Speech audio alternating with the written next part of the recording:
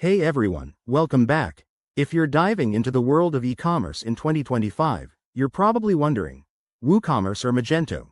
Which one reigns supreme for your online store? Today, we're breaking it down step by step to help you decide. Let's start with the basics.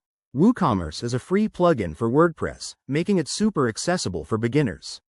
It's lightweight, easy to set up, and integrates seamlessly with your existing WordPress site. On the flip side, Magento is a robust, open-source platform that's been powering major online stores for years. It's more feature-packed but comes with a steeper learning curve. Now, let's compare them on key factors. First, ease of use. WooCommerce wins here with its intuitive interface, perfect for small businesses or solopreneurs. Magento, however, offers advanced customization, ideal for larger enterprises that need scalability. Speaking of scalability, if you're expecting high traffic and complex operations, Magento's enterprise-level tools make it a powerhouse.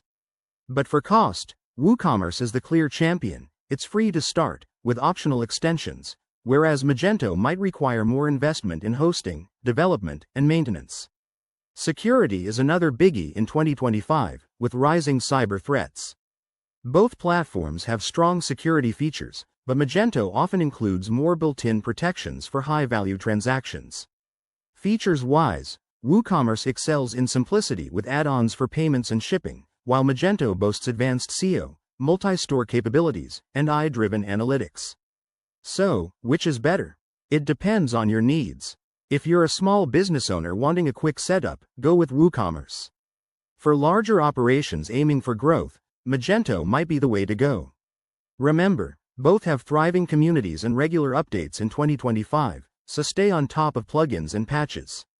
Thanks for watching. Hit that like button if this helped, and subscribe for more e-commerce tips.